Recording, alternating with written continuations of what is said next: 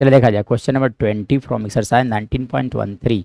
क्या दिया गया है? बोला गया इंटीग्रेट करने के लिए integration of x square plus 1 divided by x square minus 5x plus 6 dx लिखे गए हैं। सो इसे कैसे इंटीग्रेट करोगे?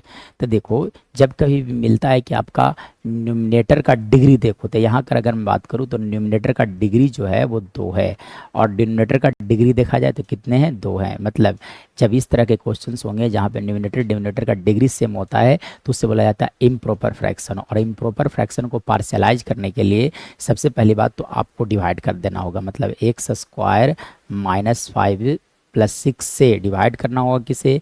एक्स स्क्वायर प्लस 1 को। जब कभी भी ऊपर नीचे का डिनोमिनेटर सेम या तो फिर ऐसा हो जाए कि न्यूमिनेटर का डिग्री ज़्यादा है तो उसे बोला जाता है इम्प्रॉपर फ्रैक्शन। और इम्प्रॉपर फ्रैक्शन को पार्शलाइज करने के लिए फर्स्ट स्टेप आपको क्या करना होगा? डिवाइड। ठीक है, तो चलो आप 1 टाइम्स यहाँ से लगाए जा सकते हैं, इन्हें 1 टाइम्स लगा दोगे आप तो यहाँ से लिखे जा सकते हैं X square minus 5x plus 6, sign change और यहाँ से इसका भी साइन चेंज। तो देखो ये दोनों टर्म्स कैंसल आउट हो गए, यानी कि यहाँ से लिखे जा सकते हैं 5x माइनस 5। देखो यहाँ से माइनस 5 लिखे जा सकते हैं। चलिए अब देखिए, अब आप किस तरह से लिखोगे? तो देखो लिखने का तरीका क्या होगा? अब ये जो है हमारा इंटीग्रेशन जो है उसे आप लिख सकते हो 1/, यहाँ पर लिख दो रिमाइंडर को, तो 5x माइनस 5 डिवाइडेड बाई लिख दिया जाए x square minus 5x plus 6 का होल dx। नाउ चलो अब यहाँ से क्या लिख सकते हो आप? यहाँ से लिखा जा सकता है dx प्लस इंटीग्रेशन ऑफ, देखो 5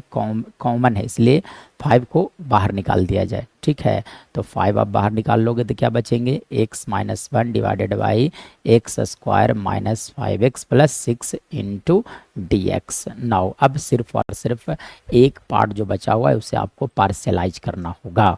तो देखो पार्शलाइज कैसे किया जाएगा? तो पार्शलाइज करने के लिए मैं इस पार्ट की अगर बात किया जाए, इंटीग्रेशन करने के लिए इस पार्ट का इंटीग्रेशन करने के लिए आपको क्या करना होगा? पार्शलाइज। ठीक है, सो यहाँ पर लिखा जाए x minus 1 divided by x square minus 5x plus 6।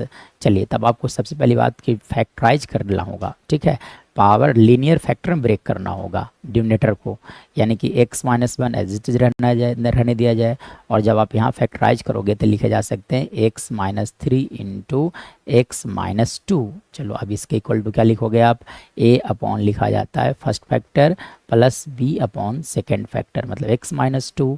मतलब ओवरऑल अगर बात किया जाए तो x minus 1 upon X minus 3 into X minus 2 is equal to लिखे जा सकते हैं यहाँ से एलसीएम, तो x माइनस 3 इंटू एलसीएम आ गया आपका x माइनस 2। ठीक है, तो a इंटू लिखे जा सकते हैं x minus 2 plus b into X minus 3। तो देखो x माइनस 3 दोनों टर्म्स कैंसल आउट हो गए, मतलब x माइनस 1 इक्वल टू क्या आ गया?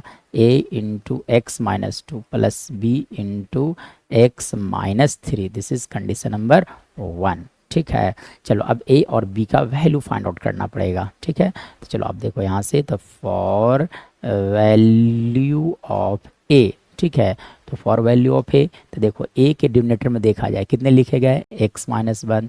सो we will write here as put x minus 3 equal to 0। This implies that x equal to 3 in equation number 1। So we will write here as 3। तो जब आप 3 रखोगे यहाँ इस इक्वेशन में रखना है आपको। ठीक है, तो 3 माइनस 1 इक्वल टू यहाँ से लिखे जा सकते हैं 3 माइनस 2, मतलब यहाँ से 2 इक्वल टू लिखे जा सकते हैं ओनली a।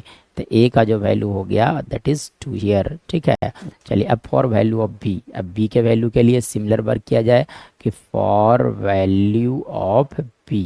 ठीक है, पुट, अब देखो b के डिनोमिनेटर में देखो कितने लिखे गए हैं? x माइनस 2, इसलिए put x minus 2 equal to 0, x equal to 2 in equation number 1। So we will write here as 2, यानी कि लिखे जा सकते हैं 2 minus 1 equal to b into 2 minus 3, मतलब 1 इजिकल टू लिखे जा सकते हैं माइनस b। तो b का जो वैल्यू आ गया that is equal to how much? Minus 1। इसलिए हम लोगों ने a और b का वैल्यू फाइंड आउट किया है। मतलब यहाँ से अगर बात किया जाए तो हम लोगों ने क्या किया कि कुछ ऐसा चला था अभी थोड़ा देर पहले, x माइनस 1 अपॉन क्या लिखा गया था आपका? एक्स स्क्वायर नहीं एक्चुअली में, ठीक है, x square minus 5x plus 6 को हमने क्या लिखा था? a अपॉन लिखा गया था x minus three plus B upon क्या लिखा गया था आपका x माइनस टू। तो a और b का जो वैल्यू आया उसे यहाँ पर रख दो आप, ठीक है। तो जब a और b का वैल्यू रखोगे तो क्या लिखे जा सकते हैं, ठीक है। तो a का वैल्यू आया था 2 upon the 2 by X minus three, b का वैल्यू कितना आया -1, so we will write here as -1 upon X minus two. चलिए अब देखिए, तो अगर मैं यहाँ से इसके बाद अगर मैं बात करूँ तो देखो यहाँ से देखो तो क्या हम लोगों को क्या करना था कि इंटीग्रेट करना था। तो इंटीग्रेट करने के लिए हम लोगों ने क्या किया था कि यहाँ तक हम लोगों ने स्टेप आगे बढ़ा चुका था, अब इसी को आगे लेकर चलना होगा, ठीक है। चलिए तो यानी कि अब आप क्या लिख सकते हो इसके बाद मैं अगर बात किया जाए तो चलो, तो इंटीग्रेशन करना था एक्चुअली में।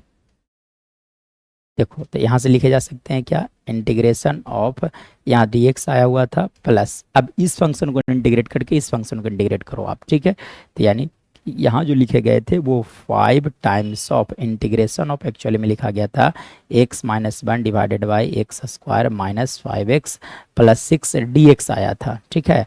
मतलब आप लिख दो यहाँ से dx का इंटीग्रेशन क्या हो जाएगा x प्लस 5 इंटू, चलिए अब आप ये जो फंक्शन है इसके जगह पर आप ले सकते हो 2 बाई लिखा जा सकता है x minus three integration dx minus यहाँ से लिख सकते हो आप dx upon x minus two, चलिए विथ ब्रैकेट क्लोज। मतलब आप लिख सकते हो यहाँ से क्या है ना, लिखा जा सकता है यहाँ से x plus 5 into two that is equal to how much 10, इसलिए आप यहाँ से लिख दो 10 log mod x minus three minus log mod x minus two plus C. So this is our right answer.